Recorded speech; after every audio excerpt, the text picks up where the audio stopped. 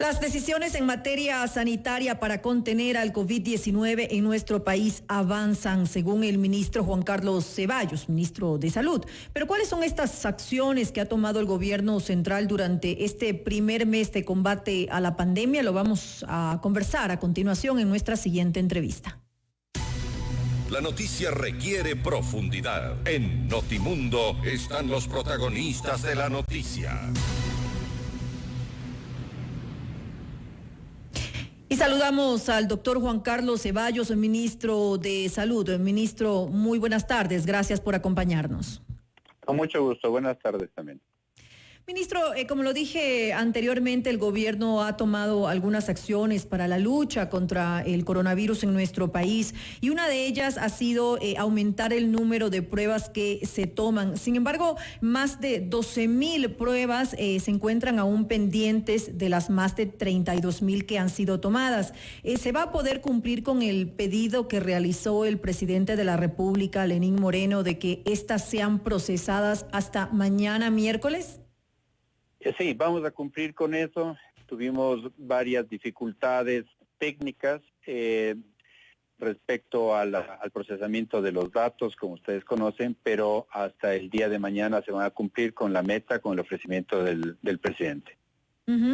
¿Y cómo resolver el problema, por ejemplo, de los laboratorios privados que han comentado algunos de ellos que no tienen reactivos al momento para realizar el debido procesamiento? Porque también eso es parte de tener mayor cantidad de pruebas. Así es. Nosotros tenemos 21 sitios en toda la República para procesar las pruebas. Y entre estas hay un número sustancial de no solamente laboratorios privados, sino también universidades que se han añadido a este esfuerzo, pero la compra de los insumos, la compra de las pruebas, la compra de los reactivos es función de cada laboratorio, no es una función del Ministerio de Salud. ¿No interviene en eso el Ministerio de Salud? No interviene el Ministerio de Salud. Dejamos que cada uno lo haga, ¿no? Cada una de las universidades y cada uno de los laboratorios privados sobre todo lo haga. ¿Qué tan importante va a ser esta investigación de la Universidad de Tecnología Experimental Yachay, que según estaba leyendo en este momento, ha informado que está desarrollando justamente un sistema en el cual va a poder tener resultados de hasta 384 muestras cada 20 minutos y que está trabajando con el Ministerio de Salud en relación a esto? Bueno, No estamos trabajando directamente con Yachay en esto, pero Yachay ha dado un aporte justamente a un laboratorio que está fuera del Ministerio de Salud para el efecto. Los números que digo no los conozco específicamente, no sé los detalles de Yachay para estas pruebas, pero sin embargo lo que le puedo decir es que tenemos en este momento 24 laboratorios que están autorizados o homologados, 9 públicos y fíjese, son 15 privados, ¿no? 9 públicos y 15 privados. Exactamente. Tenemos en Esmeraldas, Galápagos, estoy leyendo Santa Elena, Azuay, Loja, Guayas, Pichincha, en el INSPE de Guayaquil, Quito y Cuenca, con un total de 24. Y en la ciudad de Guayaquil, en la provincia del Guayas, hay los suficientes laboratorios, porque en este momento tenemos que tomar en cuenta, pues, obviamente que es el epicentro de la pandemia en nuestro país. Lamentablemente, tenemos eso controlado, se puede tener la cantidad de pruebas necesarias para que obviamente tengamos resultados lo antes posible allá, que es donde está la situación más complicada.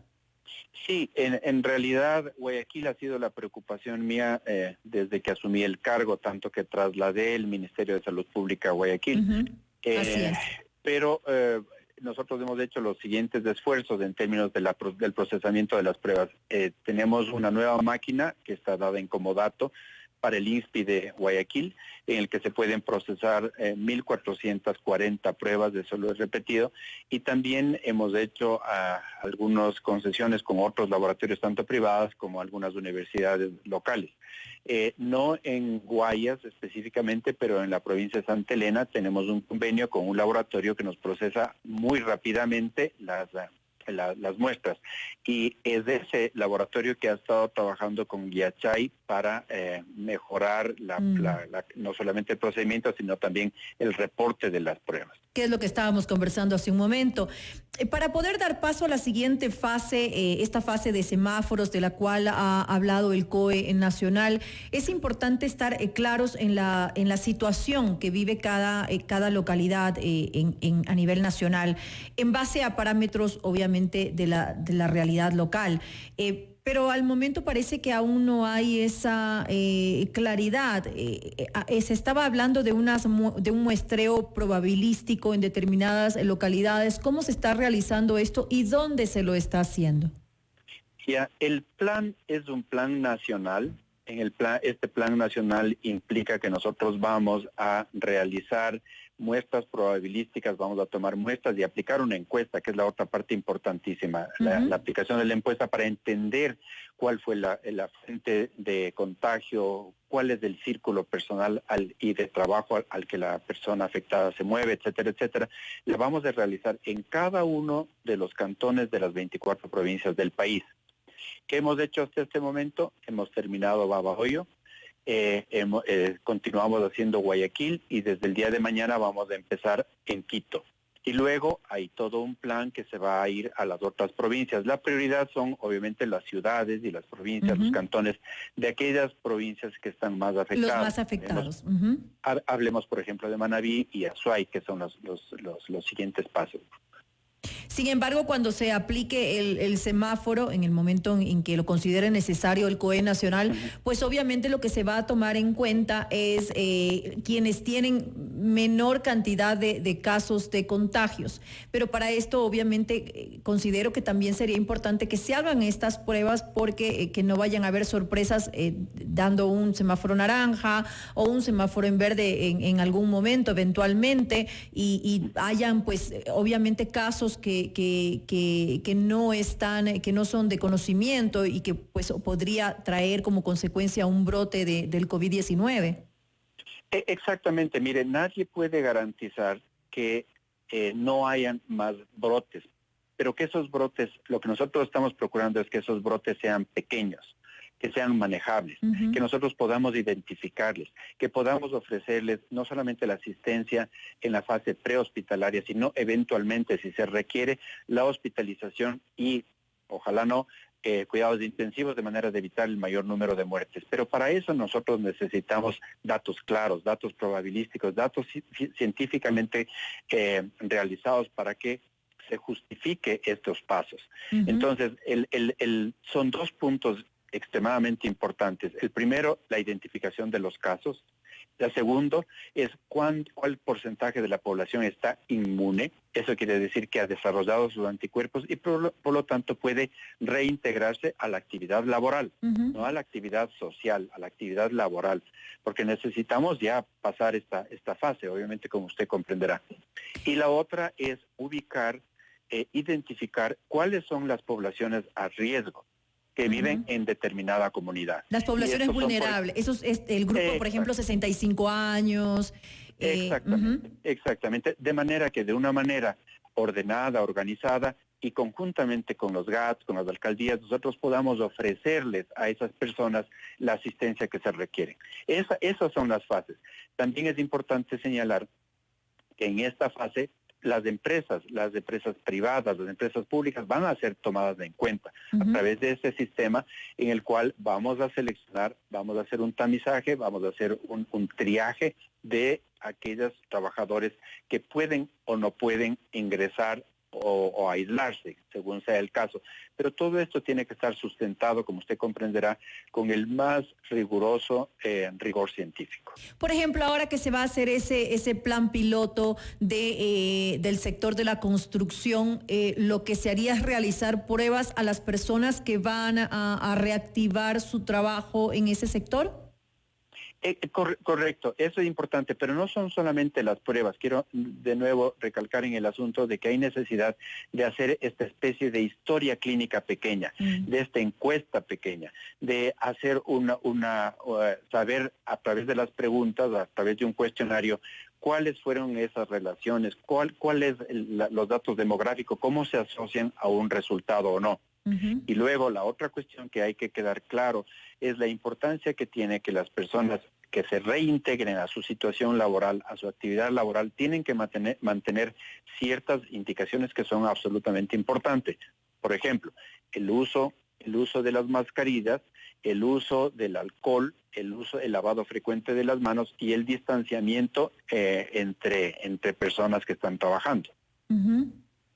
Ahora, pasando a otro tema, ¿qué pasa con los implementos de bioseguridad de los hospitales del país, ministro? ¿Hasta qué punto se han solucionado las denuncias que realizaron en determinado momento médicos, enfermeras y enfermeros acerca de que tenían una dotación limitada y el tema pues tenían por esto temor a contagiarse y porque no contaban con los suficientes insumos?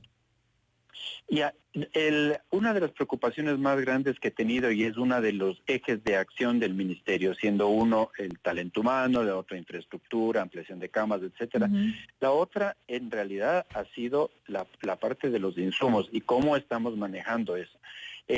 Yo he visitado en estas semanas 21 hospitales y he garantizado y he verificado si es que existen los suficientes insumos en las bodegas. Tanto las mascarillas como las batas o como los trajes tíbets, etcétera, que son importantísimos. He instaurado un sistema de reporte que cada hospital tiene que hacer cada día. Antes de las 8 de la mañana yo recibo qué tengo en stock. Y a través de la utilización de esos insumos, yo puedo proyectar a nivel de cada uno de los hospitales del país cuántos insumos se han consumido, cuántos de estos trajes de protección personal o equipos de protección personal se ha consumido y hacer una proyección. Una proyección que nos va a permitir comprar más o redistribuir lo que ya se tiene en las diferentes bodegas. ¿Y al momento tenemos stock suficiente o tenemos stock para cuánto tiempo más? Depende de dónde. Depende, como le digo, esto está sectorizado a través de esta sectorización inteligente. Nosotros sabemos que en cada hospital cuántas se han consumido y cuántas van a consumirse. Esto dependerá, por ejemplo, del número de camas de cuidados intensivos y de camas de cuidados intensivos que están siendo utilizadas. Uno de los planes más importantes ahora es abrir todo lo que es la consulta básica, la consulta de primer nivel a nivel nacional. Y esto requiere que las personas que van a estar laborando ahí, los médicos que se reintegran, médicos de barrio, etcétera, tengan la suficiente equipo de protección personal. Entonces nos estamos proveyendo de eso. Tenemos una competencia muy grande, como usted habrá sabido, en términos de conseguir estos materiales a nivel internacional, y estamos utilizando material seguro que ha sido elaborado o que se ha fabricado aquí en el Ecuador. Aquí en nuestro país. En nuestro país. Y quiero mencionar una cuestión que es digna de hacerlo, y es que, por ejemplo, el Hospital Eugenio Espejo fabrica parte de su dotación, parte del equipo que ellos tienen, con telas importadas o con telas que mantienen el aislamiento del agua, que son impermeables, etcétera, y que no solamente lo están haciendo y cosiendo ellas mismas, las odontólogas, hacen esta labor. Y que sirven para este propósito, brindando la suficiente seguridad también a quienes utilizan esas mascarillas. Exacto, y que son reusables. Entonces, estos son aportes que hemos dado, pero para ser breve en la contestación de su pregunta, sí, tenemos suficiente y nos estamos programando, estamos previendo cuánto es lo que se va a necesitar a través de estas proyecciones para no solamente satisfacer las necesidades de los hospitales, sino ahora a estos dispensarios, a estos centros que están localizados en el primer nivel en toda la República. Ministro, me comunican que tengo que hacer un pequeño corte en estos momentos, pero enseguida regresamos con usted. Tenemos algunos temas importantes que seguir conversando. Hacemos una pausa. Ya regresamos. Gracias. Noticias, entrevistas, análisis e información inmediata. Notimundo Estelar regresa enseguida. ¿Qué estás esperando para descargarte nuestra nueva app FM Mundo 98.1? Encuéntrala ya en App Store y Google Play. Inicio del espacio publicitario. Con Jellycart Action, mantén tu vida en equilibrio. Siente la fuerza de ir más allá. ¡Salta más alto, papi! ¡Vamos, lleguemos hasta la luna! Y en tu deporte favorito.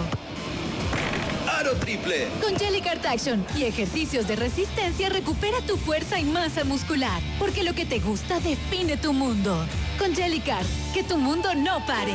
En esta edición de Nuestro Mundo Air Magazine Keyboard. En portada, la reina Isabel II, la imagen más sólida de la monarquía. Un análisis sobre la situación de las casas reales en el mundo. Turismo, los rituales de Semana Santa, un recorrido por la primavera en Japón y las obras de Oscar Niemeyer en Brasilia. En negocios y empresa, los mitos de la gerencia moderna. ¿Qué es lo que diferencia a un jefe de un verdadero líder? Marketing de la felicidad, un concepto que se renueva constantemente. Y las mujeres que cambian la dinámica laboral. Entrevistas y reportajes sobre la inclusión femenina en el país y el mundo. Actualidad, negocios, empresas y más. Nuestro Mundo Air Magazine, la revista de negocios para el empresario de hoy. Disfrútela ya en nuestromundo.com.es. Tus programas favoritos. Información de primera mano y más en nuestra app FM Mundo 98.1. Fin del espacio publicitario. Continuamos en Notimundo Estelar. Información inmediata. Continuamos conversando con el doctor Juan Carlos Ceballos, ministro de Salud. Ministro, ¿está en la línea? Sí, le escucho muy bien. Perfecto. Gracias. Uno de los ejes más importantes, usted lo mencionó hace un momento, es el talento humano. Con relación a esto, ¿cómo estamos con personal médico, sobre todo en la provincia del Guayas y la ciudad de Guayaquil, que es el epicentro de la pandemia? ¿Tenemos los médicos suficientes? En algún momento se había dicho que habían médicos que no habían querido desplazarse hasta la zona. Es correcto eso, porque hubo una desinformación, la gente estaba con temor de ir a donde estaban en los casos iniciales. Yo creo que eso va pasando, por suerte, de manera progresiva, pero mire, los datos que tengo en este momento frente a mí, en la zona 8, que es la que corresponde a Guayaquil, nosotros tenemos 341 personas que se han incorporado, desde al hospital infectológico hasta el hospital Guasmo Sur. Hay 341 personas, particularmente, como le digo, en la zona 8, pero el total a nivel de la República son 1.284 personas que se han vinculado, sean servidores en general como médicos, enfermeras, pero también auxiliares de enfermería, personas que ayudan a empujar una camilla o que hacen limpieza. Ese es el total. Entonces yo creo que hemos abastecido, yo creo que a pesar de que Guayaquil no recibió a su tiempo, ¿no?, de manera oportuna, el número de especialistas, médicos y del resto de personal de salud que requeríamos, pues ahora eso está estabilizado. No necesitamos de este momento... Al momento no se necesita entonces. Se está cumpliendo. Al momento no se necesita. Sin embargo, siempre estamos cautos en decir, mire, tenemos contrataciones rápidas, hemos prolongado el tiempo de contratación, particularmente en Guayaquil, hasta diciembre, de manera de hacer más atractiva. Estamos colaborando permanentemente con la Federación Médica Ecuatoriana para que sean ellos uno de los vínculos que nos ayuden a anunciar la disponibilidad de plazas. Así que hemos estado haciendo todo lo que está en nuestro alcance como para suplir la demanda. ¿Cuántos galenos han sido contagiados durante el cumplimiento de su valiosa labor frente al coronavirus? Mire, el último dato que yo tengo, que no es el de ahora, no está actualizado, fue el que yo dije en la semana anterior, que fueron 417. No puedo decir si son galenos, porque están parte de una categoría que son los profesionales de la salud. Fueron 417 las personas que resultaron con una enfermedad de COVID positiva. Es decir, entre doctores, enfermeros o enfermeras, personas que trabajan en las áreas de los hospitales en general. Exactamente, exacto. Fueron 417 todo el cúmulo ese, incluyendo personal administrativo. Uh-huh. Ministro, ¿y de qué forma se está dando un apoyo psicológico para las personas que tienen, que están trabajando frente al coronavirus, para quienes, y sobre todo para quienes tienen este contacto directo con los pacientes y pues obviamente tienen lamentablemente que vivir día a día la enfermedad o la muerte de muchos de ellos? Así es, esta ha sido la peor pandemia que ha sufrido mi generación. Es algo que no está supeditado simplemente a un hogar. Es la ciudad, es la nación, es el continente y es el mundo el que ha estado expuesto a esto.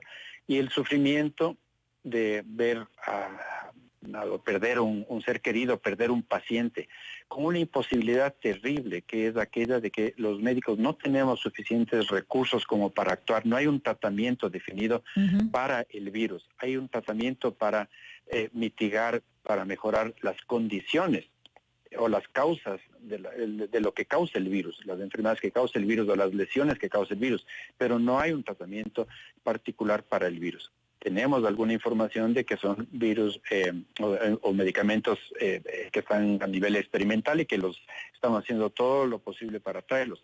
Pero, de nuevo, volviendo a su pregunta, yo creo que a través del 171 ha sido la mejor manera de ofrecer esto. Uh-huh. Entiendo también que hay varias universidades, centros universitarios que están ofreciendo este tipo de ayuda a nivel local y son las dos cosas que yo le podría decir. Cuando se abran los centros de salud, los centros médicos a nivel de comunitario con los médicos de barrio, etcétera, también implementaremos toda la ayuda necesaria que sea para mitigar un poco esta pesadísima carga que ha sufrido la comunidad entera, ¿no? Es importante, y también para evitar que hayan contagios, es importante que sepan los médicos manejar de manera adecuada esta enfermedad, este virus. ¿Han todos los trabajadores de la salud aprobado el programa de la Organización Mundial de la Salud para la emergencia de este virus del COVID-19? Entiendo que eso es lo que se pidió como requerimiento. No puedo garantizar que todos lo hayan aprobado. Habrá gente, por ejemplo, que estuvo en aislamiento y no lo hizo. Pero constantemente estamos capacitando y abriendo líneas de capacitación y de adiestramiento para no solamente el contacto con pacientes eventuales o que tienen confirmado, sino también, por ejemplo, para el uso de las mascarillas, cómo sacarse, cómo ponerse uno de los vestidos, etcétera, y cómo despojarse de los mismos, que esa capacitación se la está ofreciendo. Claro, porque es importante eso justamente para evitar que hayan contagios entre los Correcto. médicos que están en contacto directo con los pacientes. Correcto. Un problema que se está agravando en la ciudad de Guayaquil es el de los pacientes de diálisis que se encuentran ahora pues un poco desprotegidos en esta emergencia, no solamente porque muchos de los médicos no quieren asistir a los centros por temor a contagiarse porque no tienen los insumos médicos necesarios, sino que además también faltan los insumos de salud para realizar los procedimientos. Esto lo dijo Cristina Freire, que es vocera de los centros de diálisis de Ecuador. ¿Qué pasa con esto? ¿Cómo se va a solucionar? Déjeme rectificar en su comentario. Yo no creo que no haya suficientes insumos o no exista todo lo que es la protección personal, los equipos de protección personal. Más bien obedece a otras razones. Por ejemplo, los centros de diálisis tienen que tener unas conexiones de desagüe y de entrada de ciertos insumos para sitios que están perfectamente delineados y que no pueden ser cambiados. Una máquina de diálisis no puede ser transportada, por ejemplo, de una habitación a otra. Entonces, se requieren unos habitáculos que sean apropiados para realizar eso. Por otro lado, un paciente de diálisis, por ejemplo, necesita ir 2-3 veces por semana, pasando un día a eso. Y hubo áreas de los hospitales que se cerraron para atender lo que era la emergencia. Hemos tratado de salvaguardar aquellas áreas que son destinadas para diálisis, pero eso no siempre ha podido cumplirse. ¿Por qué? Porque la prioridad estaba hecha para el control de coronavirus. Y también la otra información que hay que tener en cuenta es que nuestros hospitales del Ministerio de Salud Pública, como son también los del IES, hacen derivaciones a empresas, a clínicas privadas, para que ellos manejen, si es que fuera el caso, también la diálisis a nivel privado. Entonces, de esa manera hemos tratado, hemos hablado, hemos garantizado que eso se continúe haciendo, porque son pacientes que necesitan una atención continua. Sin embargo, ella había afirmado que no se habían entregado los recursos por parte del Ministerio de Salud y repito lo que ella dijo, no se han entregado los recursos ni para los implementos de bioseguridad básicos ni los insumos necesarios para los centros de diálisis. Yo no sé si ustedes han tomado contacto con ellos. No hemos tomado contacto con ellos, lamentablemente, pero mire, yo tengo acá una descripción, simplemente no quiero ser tedioso con esto, pero una bata de manga larga de todas las tallas, hay 108,000 en el país. Y lo que le puedo decir que todo lo que tenemos nosotros del equipo de protección personal al día de hoy va a durar en promedio, y como le dije, varía de hospital a hospital, aproximadamente para 2 meses. La disponibilidad, por ejemplo, de todo lo que son las mascarillas o los tapabocas o respiradores de N95 aproximadamente para 1 mes, y se están empleando otros respiradores y otras cosas de manera apropiada para todo el país. ¿Qué les digo más? Hay 147,721 respiradores de N95 disponibles al día de hoy en el país. Entonces, no es que falten. Probablemente en ciertos sitios hay una necesidad mayor y lo estamos reubicando y distribuyendo de la manera más apropiada. Me están diciendo que tenemos poco tiempo, le voy a hacer solamente un par de preguntas puntuales.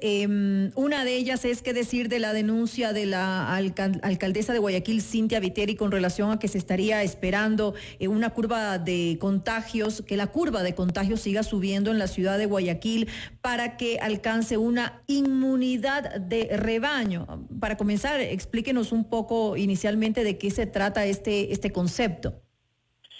La inmunidad de rebaño es una mala traducción de un término epidemiológico, ¿no? Resulta hasta ciertamente ofensivo para mucha gente eso. Pero lo que sucede es que las personas que se contagian masivamente, como ha sucedido en Guayas y particularmente en Guayaquil, van adquiriendo inmunidad desde el primer día, y de acuerdo a la experiencia internacional, alrededor de un 60% de la población ecuatoriana, como he mantenido siempre, va a tener el virus al final, pero al final de los 120 días, no a los 40 días, que es lo que está pasando ahora. Entonces, a mí me parece que es una desinformación de la alcaldesa, con todo respeto. No estamos esperando eso, estamos actuando. Y no tengo más que comentarle sobre el asunto. Para mí es simplemente una desinformación y una imprecisión. Además, ¿cuánto tiempo considera usted? Hace un momento dijo 120 días. ¿Eso significa que el virus va a estar rondándonos durante 120 días? ¿Eso significa que deberíamos seguir en cuarentena durante esos 120 días? No, de ninguna manera. Este virus, como más bien haciendo una analogía con otro tipo de virus, como por ejemplo los de la influenza, tienen un inocio, tienen una subida, tienen una meseta y después hay un descenso, y el virus prácticamente, a pesar de que se queda en el ambiente, las personas ya tenemos y desarrollamos inmunidad. Esos 120 días son aproximados. Esos 120 días son basados en otros estudios, en otras experiencias endémicas que han ocurrido, y sobre todo es la proyección que se ha hecho en China particularmente, pero también en otros países asiáticos. ¿Es más o menos lo que sucedió ahora en Wuhan o sucedió en Corea del Sur? Entonces, mire, 60% de la población ecuatoriana va a tener el virus, pero no significa que eso vamos a estar en cuarentena por 120 días, de ninguna manera. 120 días es esta subida, este inicio, la curva, lo que dura la curva. Ahora, ¿cuándo nosotros podemos decir que estamos protegidos? Vamos a decir que estamos protegidos y por eso hacemos los estudios cuando terminemos esas muestras probabilísticas que se van a hacer por cantón y en todas las 24 provincias. Ahora, sin lugar a dudas, es una realidad con la que vamos a tener que convivir durante mucho tiempo. Algunos científicos a nivel mundial hablan de cuarentenas que deberían aplicar los países cada cierto tiempo para evitar nuevos brotes del virus. No se ve la posibilidad de que simplemente desaparezca como ocurrió con el SARS con anterioridad, para el cual pues obviamente no llegó a producirse una vacuna ni un tratamiento específico. ¿Podríamos ahora entonces esperar que haya una vacuna cuando no lo hubo para el SARS, a pesar de que hay como 70 o más laboratorios que están trabajando al tiempo en eso? Dudo de eso porque la capacidad de replicación del virus es muy alta, es muy rápida y entonces la producción de la vacuna no va a darse. De nuevo, vuelvo a hacer una analogía con la influenza. No son el mismo tipo de virus, pero la influenza se demora un año en volver, ¿no es cierto? Es estacionaria. Y muchas de las vacunas que se desarrollan, que nos da tiempo de un año para prepararnos sobre esa vacuna, cubren entre un 68 y un 90%, o sea que igual no se va a dar. En este caso, no se va a dar de manera completa la cobertura. Uno se pone la vacuna y no le garantiza que es 100%. En este caso, como se replica tan rápidamente la producción de la vacuna es bien poco probable que se dé en el futuro cercano.